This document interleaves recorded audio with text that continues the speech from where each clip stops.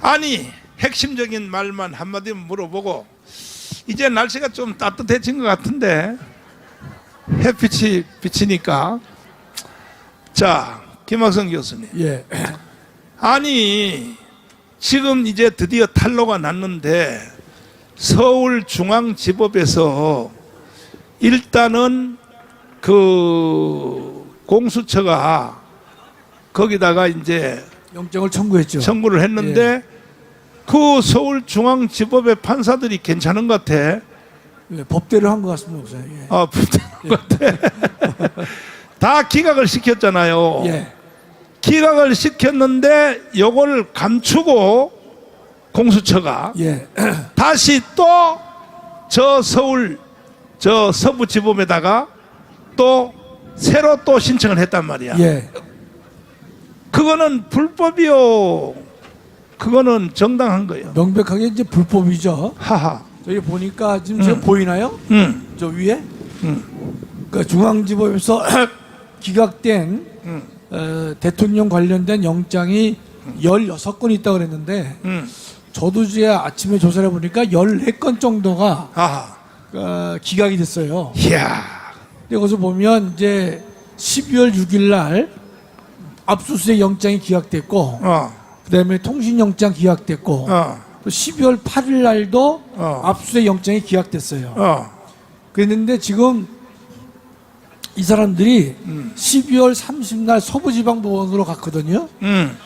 근데 지금 보면 대통령에 대한 압수수색 영장은 기각이 됐는데 체포영장을 청구한 지는 아직 퀴스천에 목사님. 그러니까 중앙지법에다가 체포영장을 청구했다는 말은 아직 밝혀지지 않았어요. 그러니까 압수수색은 청구해서 기각됐고 통신도 기각됐는데 체포영장을 청구한 바는 없다라고 지금 알려져 있는데 제가 주진우 의원이 뭘 밝혀냈냐면 작년 12월 26일부터 30일 사이에 24-6이라고 하는 기록이 검찰 기록이 하나 빠져 있어요. 공수처 기록을 빼고 검찰로 보냈습니다. 그래서 그 내용이 뭔지를 아마 지금 주진우 의원 측에서 조사를 하고 있다고 들었습니다. 그러니까 이 첫째 이 공수처가 위법을 한 것은 압수수색 영장을 2번이나 청구해서 기각됐는데 그 사실을 숨기고 서부지방법원에 했다는 것이 명백한 위법이 되는 것이고요. 두 번째는 국회에 나와서 얘기하기를 자기네들은 영장을 청구한 적이 없다고 얘기를 했어요. 그것도 명백하게 거짓이 되는 것이죠. 근데 가장 중요한 것은 26일에서 30일 사이에 무슨 영장을 청구하고 기각을 받았는지 그 사실이 검찰 기록에서 공수처 기록에서 빼고 보냈다는 거예요, 목사님. 그게 밝혀지면 더욱더 이 불법이 잘 드러날 것 같습니다. 공수처장 저 새끼는 어떻게 해야 돼요? 공수처장이 참 이게 자 죽일 놈이죠. 한마디로 죽일 놈인데 아니 판사를 20년은 했을 거 아니야. 공수처장이 했죠. 예. 판사를 20년까지 해놓은 자식이 세상에 상이나 치고 대통령을 구속이나 시키고 그리고 원래 공수법에는 대통령을 조사할 권리가 없잖아요. 수사권이 없죠. 수사권이 그러니까 없잖아. 이번에 법원에서 14번을 기각한 이유가 뭔가면요. 공수처는 내란죄 수사권이 없다고 봐서 기각된 거예요, 목사님. 그렇죠. 그러니까 지금 명백하게 공수처는 내란죄를 수사할 수 없다는 것이 드러났죠. 그렇다면 지규영 판사 얼마 전에 그 구속 이 청구 사건을 심리한 판사 일주일 동안 숙고한다는 그따 소리 하지 말고 맞아. 바로 구속 취소를 내려야 되는 것이에요. 그리고 윤석열 대통령은 손해배상 청구해야 돼. 손해배상 청구는 물론이고 목사님 그게 뭐 일단 복귀한 다음에 그동안에 이 범법한 인간들을 법대로 처벌해야 될 것이에요, 목사님. 손해배상 손해배상 청구해서 돈 많이 타면 정강훈 목사한테 좀 가져오도록 좀. 일단 목사님한테 가져오기 전에 와서 무릎 꿇고 인사하고. 아니 황전 장군님, 조금 전에 그 캐스백에서 그 시팩. 시팩에서 다 연설한 거 들었죠. 예. 이야, 이 대한민국을 우리 국민들보다가 더 잘 알고 있어. 뭐 저는 그 시팩 자체가 네, 자유민주주의에 대한 네, 아주 결정적인 역할을 하는 보수 우파들이지만은 고든 창이 이야기하는 거하고 또 뭐 마크 턴입니까? 네, 두 분이 이야기하는 것은 네, 너무나도 정확하게 전곡을 찌르고 있는데 네, 저는 어제 그 방송했을 때 이제 네, 하면서도 오늘 아침에 쭉 봤지만은 네.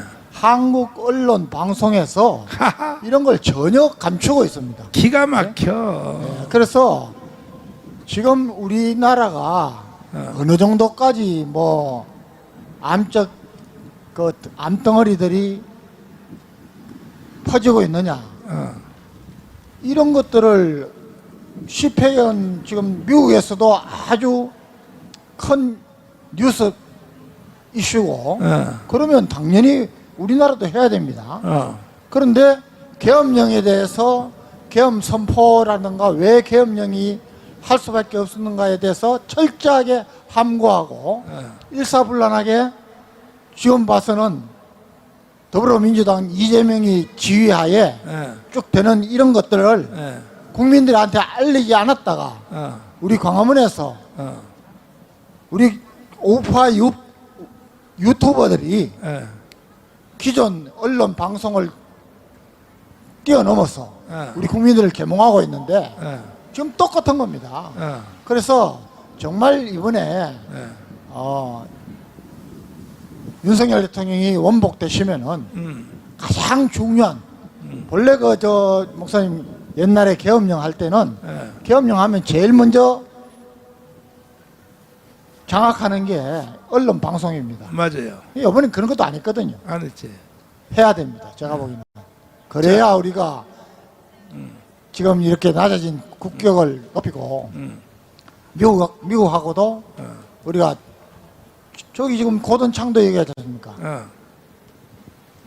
윤석열 대통령이 그 어느 때보다도 미국하고 한미동맹을 강화시켰다고 얘기하지 않습니까? 맞아요.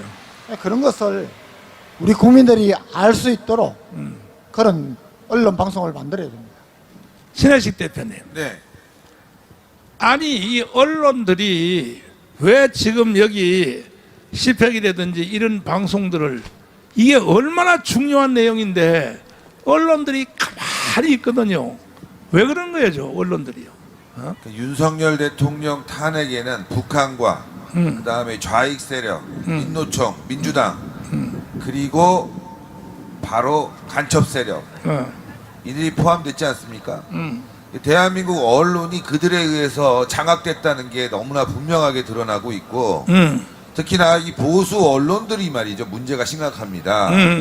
이 광화문에서 어제도 수십만 명이 모였고 지속적으로 수백만 명씩 모여서 집회를 하고 있음에도 불구하고 이거는 가리고 맞아. 오히려 수만 명 나오는 집회를 자꾸 보도를 합니다. 기가 막혀. 어제도 마찬가지 현상이 벌어졌는데 왜 그러면은 조중동마저도 이 광화문 집회와 국민들의 목소리를 숨기냐면은 윤석열 대통령 탄핵이 이들의 목표고 방향이다. 그런데 이제 보수들에게 눈치가 보이지 않습니까? 그렇지. 그러다 보니까 소개는 해야 되겠고 움직임에 대해서 그런데 큰 거보다는 작은 쪽을 소개하면서 면피하려고 하고 있다.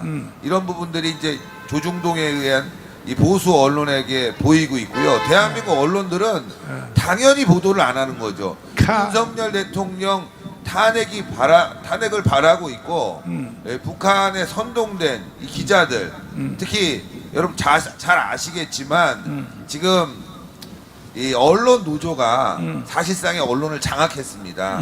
그러다 보니까 윤석열 대통령에게 불리한 보도는 지속적으로 내보내고 유리한 보도나 국민들이 꼭 알아야 되는 보도들은 대부분 감춰져 있다는 거. 어제 CPEC에서 나온 발언들은 굉장히 중요한 겁니다. 그렇지. 미국이 지금 대한민국 상황을 어떻게 바라보느냐를 단편적으로 아주 잘 드러내는 보도인데도 불구하고 지금 주요 언론들은 여기에 대해서 입 꾹 다물고 있고 거꾸로 말이죠. 미국에서 윤석열 대통령을 비난하는 보도, 그것도 허접되게 언론에서 나오는 보도는 아주 주요 보도로 다루고 있지 않습니까? 자, 대한민국 언론은 언론이 아니라 북한의 노동당 기관지다. 맞아. 이게 너무나 분명합니다. 맞아. 저 이동욱 교수님. 예, 아니 계속 여기 이재명이란 말이 계속 나오거든. 예, 예. 이재명이가 윤석열을 빨리 탄핵시키고 4월 달에 대통령 후보로 나온다. 그리고 시간 개- 경쟁하고 있다는 얘기도 나오고 있습니다. 계속 그렇게 하고 있죠. 예, 예. 아까 그 영상 봤죠. 예, 예, 예. 그런데 이건 전부 다 북한이 계획해서 하는 거 아닙니까? 아니, 그럼요. 그 이번에 그 윤석열 대통령 변호인단에서 아주 명확하게 이야기했습니다. 결론부터 이야기하면 대한민국의 모든 사회적 혼란은 북한의 지령과 그리고 그 지령에 움직이는 간첩단들에 의해서 자행되는 거다. 그래서 그 중요한 내용 증거들을 다 이야기했습니다. 윤석열 대통령이 시작하자마자 3월 10일 날 선거 마치자마자 북한이 지령한 내용들이 그대로 있습니다. 윤석열 패당과 그리고 그 가족들과 그 정치적 참모들의 정치적 추문을 지속적으로 폭로하고 투쟁을 전개해서 제2의 촛불 행동 같은 대규모 윤석열 퇴진 투쟁을 전개하라고 지령했고요. 그리고 그 지령을 받고 보름 있다가 3월 24일 날 민주노총이 아예 윤석열 퇴진 투쟁을 5년 내내 한다고 주장했습니다. 하하. 그리고 그 이채원 참사에도 이야기했지만 국민이 죽어간다, 퇴진이 추모다라는 지시를 아예 그 구호를 딱 찍어서 북한이 이야기했고 그리고 그거는 그 다음날 시위에 그대로 나왔습니다. 그러니까 지금 윤석열 대통령의 변호인단 그리고 윤석열 대통령의 생각입니다. 지금 대한민국 모든 혼란은 그냥 여야 간의 싸움이 아니라 북한의 지령과 그 지령을 수행하는 반국가 세력 수사파들에 의해서 자행되는 것이기 때문에 이것을 모조리 감옥에 보내고 처단하지 않고서는 대한민국이 발전 없다는 생각이 윤석열 대통령의 생각이고 우리 정광훈 목사님 생각이고 광화문 여기 계신 우리 모두의 생각, 저는 그렇게 생각합니다, 목사님. 자, 조금 네. 추가해서 말씀드리고 싶은데 네. 이 보수 언론들이 만약에 윤석열 대통령의 탄핵을 바로 잡고 싶었으면은 어제 보도에서도 광화문 보도도 함께하고 또 지방에서 벌어진 보도도 함께하면서 두 쪽을 다 인터뷰하면서 같이 함께해야 된다. 광화문에서 모여야 된다. 이런 메시지를 내야 되거든요. 네. 그런데 일방적으로 적게 모이는 그 집회를 계속 보도한다는 거는 결국 우파가 찢어지기를 바라는 마음에서 보수 언론들이 지금 공작을 벌이고 있다. 그런데 일부 어눌한 그리고 잘 모르는 일부 얼치기 보수들은 마치 그쪽에 힘을 실어주는 것을 대단하게 여기고 있으면서 그들을 또 추앙하고 하는데 그거 굉장히 잘못된 겁니다. 이거는 보수를 찢어지길 바라는 보수 언론들 조중동의 공작이라는 걸 명심하시고 3월 1일은 무조건 광화문으로 여러분들이 나오셔야 됩니다. 자, 이번 주는 이제 시간이 원체 없기 때문에 자유마을 대표 3,518개 자유마을 대표들은 한 동네에서 10,000명 이상입니다. 10,000명 이상. 한 동네에서 10,000명 이상이 빨리 동원되어서 가문광장으로 총 데리고 오면은 얼마냐? 3,600만이야. 3,600만. 3,600만은 와야 끝장이 나는 거 아닙니까? 그러니까 자유마을 대표님들 오래 살 생각하지 말어. 3.1절까지만 살 생각하고 목숨을 걸으란 말이야. 사람이 목숨을 걸 때 제대로 걸어야지. 에? 내가 하는 일 봐요. 나는요 임팩트를 줄 때는 정확하게 딱 하잖아. 그래 안 그래요? 그러니까 자유마을 대표님들 정신 바짝 차리고 그 다음에 실행위원장들 바짝 차려서 지금 이제 조직된 거 전부 다 내가 보고 다 받고 있는데 빨리빨리 이번 이제 한 주일밖에 안 남았어요. 그래서 전부 유튜브 총동원해서 무조건 이번에는 우리가 자유통일을 이루어내야 되고 윤석열 대통령을 찾아와야 되고 4.19 같이 완전히 4.19가요 4.19 혁명이 일어나니까요 정치 체제고 뭐고 다 바뀐 거야. 그냥 다 뭐 국회고 뭐고 다 해산이요. 그러니까 3.1절 통해서 우리는 최소한 4.19 이상의 국민 저항권을 발동을 시켜서 우리는 해내야 될 것입니다. 여러분도 총력을 이번 한 주일을 총력을 다해 주시길 바라고 성교한국으로 마치겠습니다.